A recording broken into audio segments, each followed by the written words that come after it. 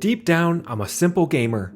I love a massive world just waiting to be explored, a skill tree begging to be unlocked, and a vast assortment of weapons and armors waiting to be upgraded.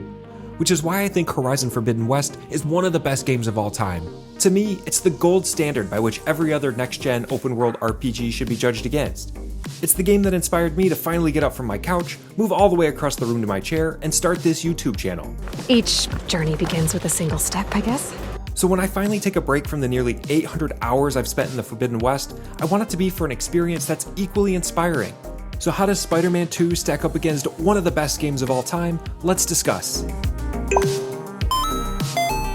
First off, there are quite a lot of similarities between these two games, and if you like one, you're probably going to like the other.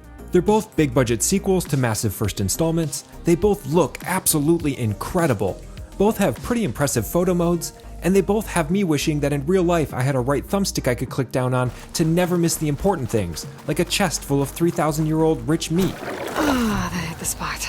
But where they differ is in the details, especially in terms of combat, which is arguably the most important part of any RPG.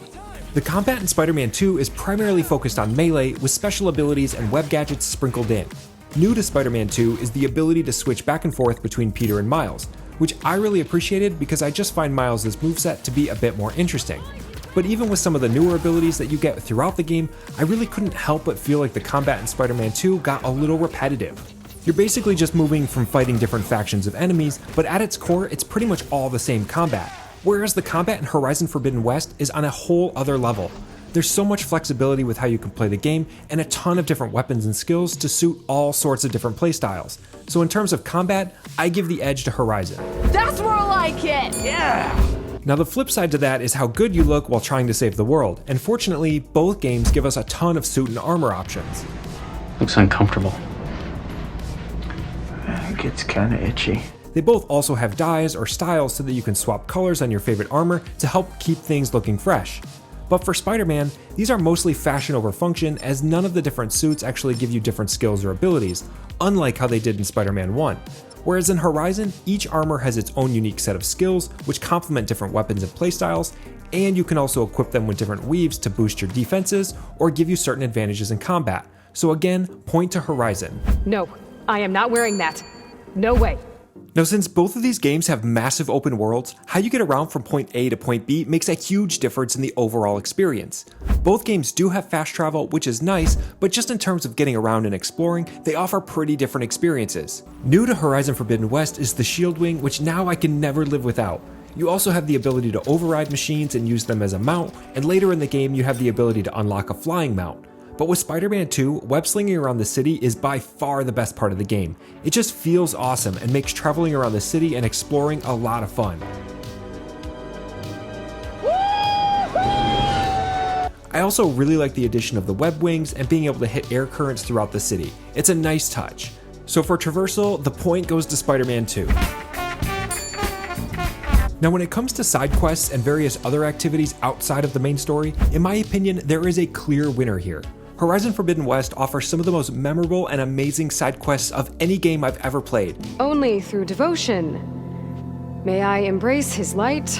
Only through him may I ascend to a new world. Sure, there are some that feel a bit repetitive and more like filler content, but for the most part, they're really solid and make it feel like a real lived-in world. Not to mention, some of the side quests reward you with some of the best weapons and gear you get in the entire game, so these are definitely not to be missed. Whereas with Spider-Man 2, I'd say more often than not, the side quests just didn't really connect with me. They kind of felt more like busy work and didn't really tie much into the main overall story. Not to mention, I did run into the occasional bug where I'd have to reload the mission back from the start, which isn't really a big deal. I'm sure some of this stuff will get fixed in updates in the future, but it does kind of take you out of the experience a little bit. And as far as rewards, you do get some items that help you with upgrades, and you might end up getting a pretty cool suit at the end of it, or you might not, but most of the side quests just weren't all that interesting. Fireworks? Probably without a permit. I should warn those folks that that's illegal in New York. So point here goes to Horizon. Good to know. So then what about the main stories? And there are no spoilers here. The main story in Spider-Man 2 is really solid, one of the best parts of the game, I think.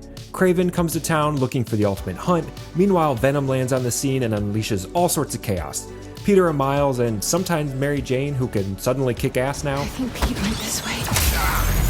work together to try and save the day.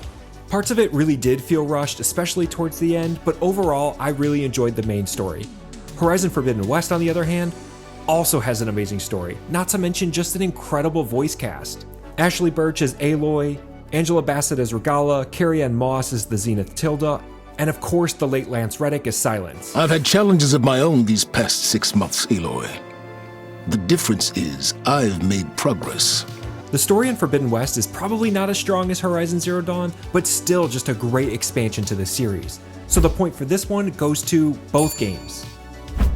So is Spider-Man 2 better than Horizon Forbidden West? Personally, I don't think so, but I'd be interested in knowing your thoughts in the comments below, and be sure to let me know why you do or don't think so. And regardless, I think we all know who the real winner of this matchup is. Us, for getting to play 2 amazing games. Guys, thank you so much for watching. Be sure to subscribe for even more PS5 gaming content in the future, and I'll see you on the next one.